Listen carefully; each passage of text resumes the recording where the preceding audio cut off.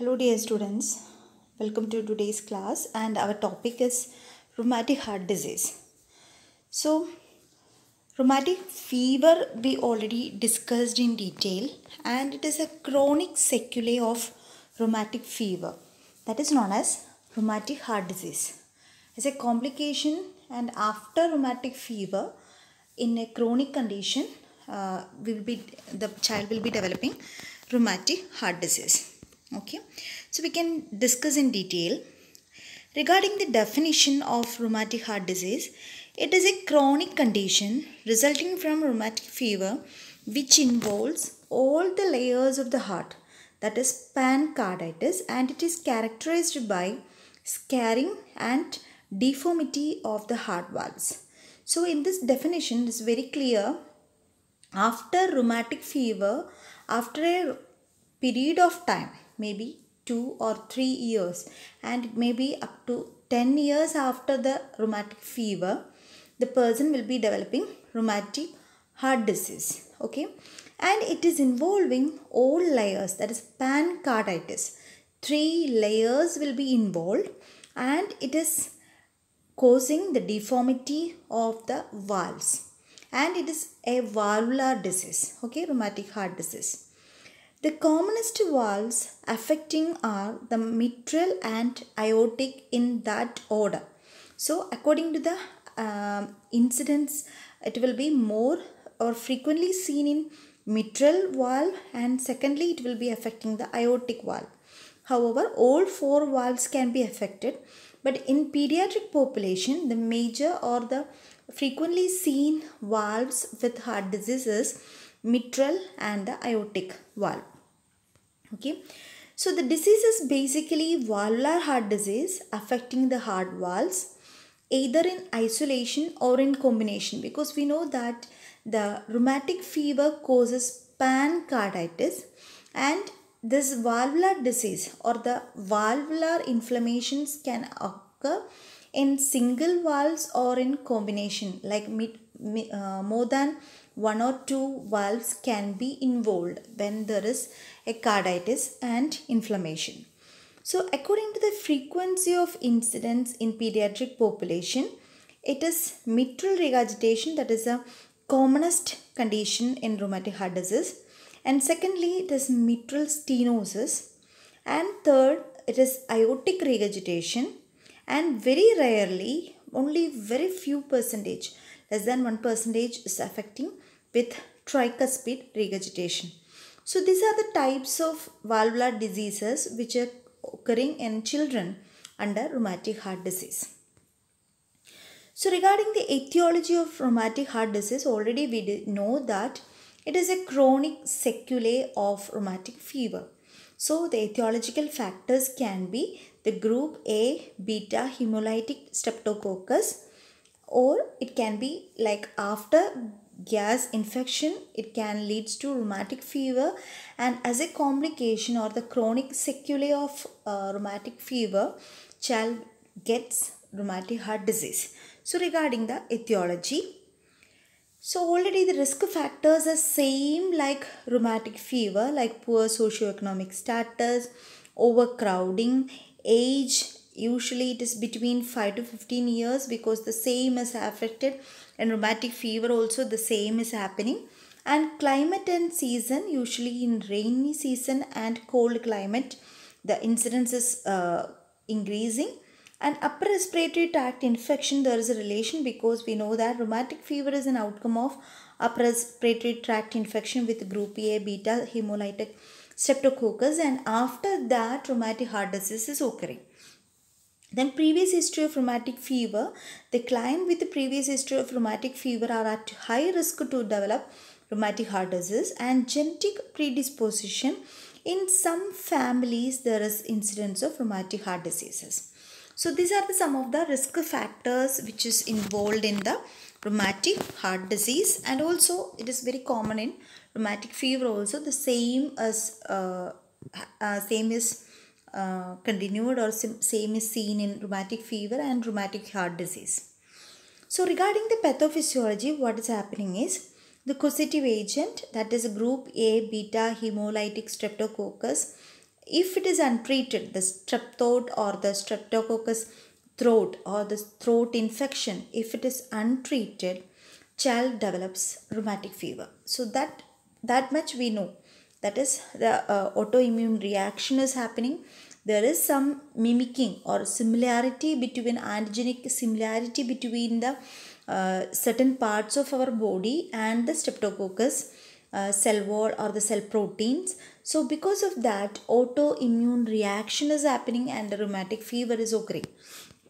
So when there is rheumatic fever, the inflammation, all layers of the heart and the mitral valve become inflamed. So the inflammatory changes occurs in layers of heart and in the valves. So vegetation formation happens, valvular regurgitations and stenosis. Initially it will be regurgitation or the stenosis will be developing in different valves, and the child will be presented with the signs and symptoms of congestive heart failure or the CHF or CCF. So this is the pathophysiology of rheumatic heart disease. Hope you all understood. So already discussed about how rheumatic fever is developing in a child, and once the rheumatic fever is happening, there will be inflammation in the layers of the heart, and there will be vegetation formation, will be the valvular regurgitation and the stenosis, and the heart failure occurs. So these are the vegetations or the inflammations which is happening in the layers of the heart. Okay. So if there is a stenosis, valve doesn't open all the way, not enough blood passes through. So through the valve, enough blood is not passing. In regurgitation, valve does not close all the way, so blood leaks backwards. So these are the problems in any valve regurgitation and the stenosis. Okay. So the pathogenesis, we can see that the vegetations are happening and it will be forming Ascoff's bodies, which is a very typical of rheumatic fever, and also in rheumatic heart disease, the Ascoff's nodules or the Ascoff's bodies can be formed, and there will be fibrinous pericarditis. So these are the inflammations in the heart layers can be seen. So next we can see the clinical manifestations. So the clinical manifestations will be depending upon the severity and involved valves, because in a suddenly one day or within 1 or 2 days or few months, the manifestations may not be developing. Like as regurgitation is increasing, as the stenosis is increasing its severity, the manifestations will be appearing and it will be becoming severe. And there will be differences between each valve also. But more than the valve differences, the problem is depending upon the severity of the stenosis, severity of regurgitation.